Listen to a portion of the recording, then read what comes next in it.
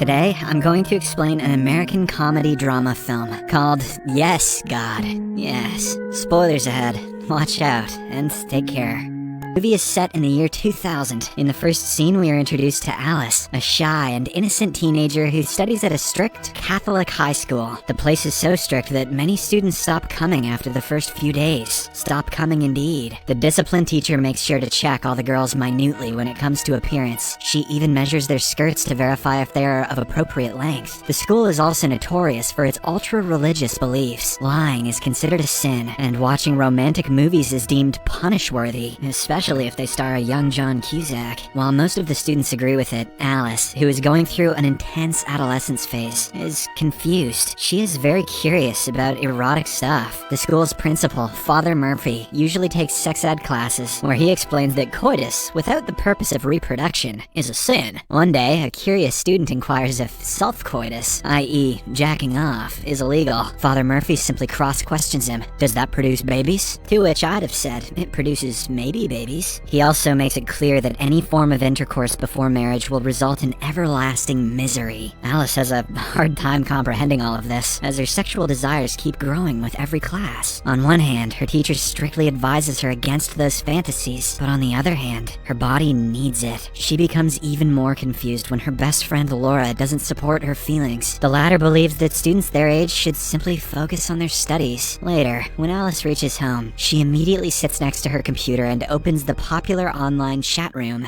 AOL. Oh man, that makes me feel old. As she is going through various rooms, she suddenly gets a message from an unknown guy by the username Harry Chest 1956. He has sent some unsolicited and explicit images of him doing it with his wife. Alice, who has never seen such pictures before, immediately turns off the monitor in disgust. But shortly after, curiosity gets the better of her, so she turns on the monitor and starts scrolling through the images. This is how all perverts online like to imagine it goes. Minutes later, Harry Chest, 1956, again messages her. He wants to know her ASL. Alice doesn't know what that means, so he explains it to her in detail. After Alice lies that she is a 22-year-old girl from Iowa, the man asks her for a picture. Slightly scared, she sends him a photo of her friend instead. This excites the man even more, so he starts sending her erotic messages. Alice just reads in bewilderment, as she doesn't understand most of the words. As the chat continues, the man inquires if she is pleasuring herself. Alice has never done it before, but when the man reassures her that it's fine, she slides her hand inside. All of a sudden, Alice starts feeling wonderful. But before she can climax, her mother arrives home. She hurriedly turns off the monitor and rushes towards the kitchen. "What's for dinner, Mom? It smells hot. The next day at school, as Alice and Laura are having lunch in the cafeteria, a popular girl approaches them and says, "I cannot believe Alice tossed Wade's salad." She also mentions that the entire school is buzzing with this rumor. However, Alice denies doing that, saying she doesn't even know what the phrase means. "I'll give you a hint, Alice, that salad contained nuts." She also asserts that she never talks to Wade, the nerdy classmate who always looks high. After the popular girl leaves, Alice takes out the cover of a chocolate filling and starts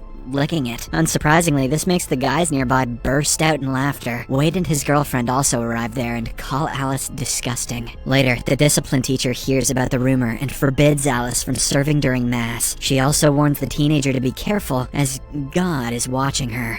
In the evening, Alice, who is feeling guilty about the AOL chat incident, confesses her venial crimes to Father Murphy. The latter does not scold her, but he simply asks her to refrain from such things. As a form of punishment, he tells her to recite the prayer 20 times, which she instantly does. "Oh man, don't stop," says Father Murphy. In the next scene, both Alice and Laura decide to attend the school's upcoming retreat, where the students will be taught how to get closer to God. Alice sees this as the perfect opportunity to return to the path of righteousness, while Laura wants to be noticed by a popular senior named Nina. When they arrive at the campgrounds, Alice cannot take her eyes off of a retreat leader, Chris, who also happens to be the captain of the school football team. He's just one T short of Christ. Maybe I'll let him touch mine. On the other hand, and Laura is excited to finally see Nina, who is another retreat leader. But the two get selected in the opposite groups, making them both upset. Later, Nina leads Alice to her room and asks her to hand over all her gadgets and devices. Alice hands her watch, but she keeps her phone with herself. The next morning, all the students gather in the main hall, where Father Murphy starts one of his boring lectures. He says that they have been summoned to this trip by none other than the Almighty God himself. Once the students survive his lecture, they are asked to take part in a survey. In a form, a variation of feelings are mentioned, and the students will have to circle the ones they felt throughout the year. Alice circles some of them, along with the word turned on. After the time is up though, she has a change of thoughts. She tries to erase the circle over turned on, but can't, so she simply crosses out the word before submitting the form. For the next exercise, the students are asked to come on stage and express anything they want to say. Nina takes this as the perfect opportunity to become the center of attraction. She goes on about how her family ignored her when she was a kid. The plan works, and all the students circle her and give her a warm hug. That night, as Alice is sneakily using her cell phone, she suddenly gets an idea. She puts the device on vibration mode, and then shoves it between her legs. Alice suddenly starts having butterflies in her stomach, and a weird sensation she has never felt before. However, when she sees the crucifix hanging in her room, she stops. I guess she's not into voyeurism just yet. On the second day of the retreat, all the students are taken on a hike through the woods. A girl accidentally trips, so Chris helps her up elegantly. This gives Alice an idea, so she fakes an injury and calls him for help. He immediately goes to her, picks her up, and takes her to a nurse. Alice is over the moon. In her mind, she is having multiple hormonal explosions. The retreat is turning out to be a good one for her so far. But unfortunately, in the evening, Nina finds out about her cell phone when it unexpectedly starts vibrating. It is immediately confiscated, and Alice is sent to Father Murphy. As a punishment, he assigns her to cleaning duties around the retreat house. Alice obliges and starts cleaning right away. A few hours later, while she's still at it, she notices a computer inside Father Murphy's room. Since there is no one around, Alice silently opens his computer and logs onto AOL anonymously. Then she inquires what tossing the salad actually means. Unfortunately, the people in the chat room give her different answers, and none of them seem to be conclusive. It means drying off the leaves. It means mixing up the ingredients. It means blowing yourself. At the same time, Alice hears some footsteps approaching, so she hastily turns off the monitor, not realizing that the computer is still open. On her way out, she runs into Nina, who lightheartedly guilts Alice about her presumed encounter with Wade. Nina further adds that she is not mad at her for illegally sneaking in her phone. Instead, she is hopeful that Alice is on the right path towards righteousness. On the third day, Chris gathers a bunch of students and asks them to confess their regrets, if they have any. He says that confessions help people relieve their stress and stay focused. One by one, all the students explain their sob stories. One talks about his recent breakup with his girlfriend, while another mentions how she couldn't attend her grandmother's funeral. When it's Alice's turn, she says she wants to grate some cheese on Chris's sweet abs. But actually, she has nothing to say, so she just lies that her dog was poisoned to death, and she couldn't save him. The story touches one of the students so deeply that she starts crying. Later, as all the students are in the cafeteria, Father Murphy shows up with an anxious look and reveals that someone accessed explicit content on his computer. He then tells the culprit to claim responsibility as soon as possible. When no one utters a word, he leaves, saying his favorite catchphrase, "God is watching." The incident frightens Alice, but she decides to keep her secret concealed. In the next scene, all the students are called to Father Murphy's office one by one. He wants to check if they are making progress. Soon it's Alice's turn, and the first thing she is asked about is her relationship with God. She simply replies, "It's good." After this, Murphy asks her why she circled the word turned on. Alice explains that she felt it before coming to this retreat, but now she feels nothing. Before leaving, Father Murphy talks about her rumor with Wade, and even presses her to confess to it. Sus. But Alice, who still doesn't know what the actual rumor is, tells him that she is innocent. The same day, as Alice is cleaning the cafeteria, Wade decides to wind her up by littering around. She angrily asks him what his problem is, but before he can answer, Father Murphy arrives there and takes him away. Shortly after, when Alice resumes her cleaning, she finds Wade's bracelet, which he had dropped earlier. She puts it in her pocket and heads to the kitchen, where she notices something shocking. Nina is kissing, and then filleting, a random guy in the woods. Alice is left in utter disbelief, but she is also aroused. Hence, she puts the mop handle between her thighs and calms her hormones. Phew.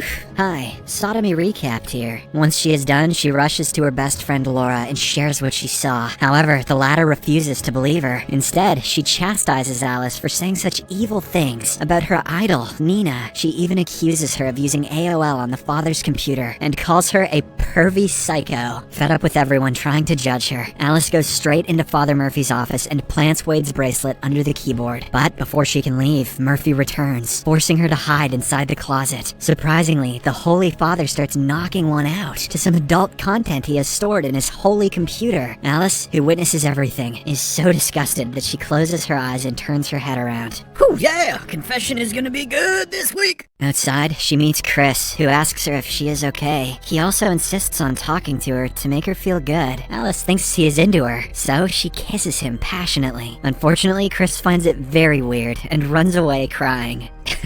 At night, when everyone is busy with their prayers, Alice sneaks out to the campgrounds to have some fresh air. She stumbles upon a lesbian bar, where she and the owner Gina commiserate about how the fear of damnation can warp an adolescent's development. The teenager asks Gina about why everyone wraps around a fake image to impress others and hide who they really are. She further adds that she is afraid to explore and commit small mistakes, afraid of the fact that she will go to hell. Seeing her depressed, Gina reveals her own story. She explains that she was also brought up in a Catholic school where the rules were extremely strict. However, she didn't let them change her, and now she is a totally different person than what was expected of her. Hearing this, Alice becomes somewhat happy. After their conversation ends, Gina gives her a ride back to the retreat. She also encourages her to look into colleges that are much more open-minded. Before she returns, Alice has one last question. She wants to know the meaning of tossing someone's salad. Gina laughs for a while and finally reveals that it means licking someone's Alice also pretends to laugh, but deep down, she is horrified. On the last day of the retreat, as all the students are having breakfast, Father Murphy abruptly pulls Wade away. Turns out that his bracelet has been found, making him the perpetrator in the father's eyes. With this, Laura also makes peace with Alice and promises to not judge her again. Surprisingly, she also reveals that Wade is gay. He simply spread the rumor of Alice tossing his salad in order to conceal his true identity.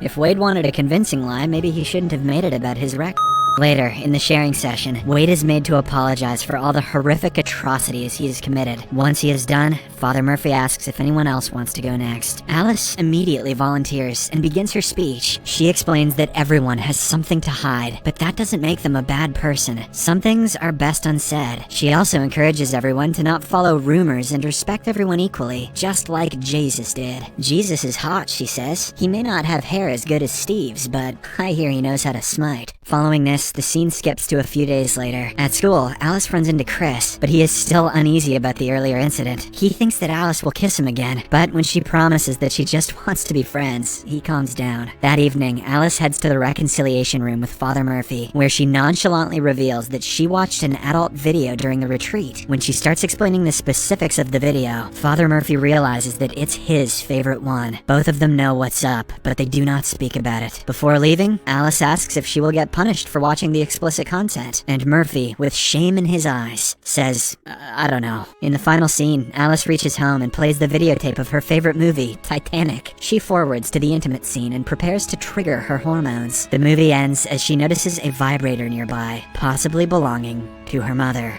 What? It's a weird end.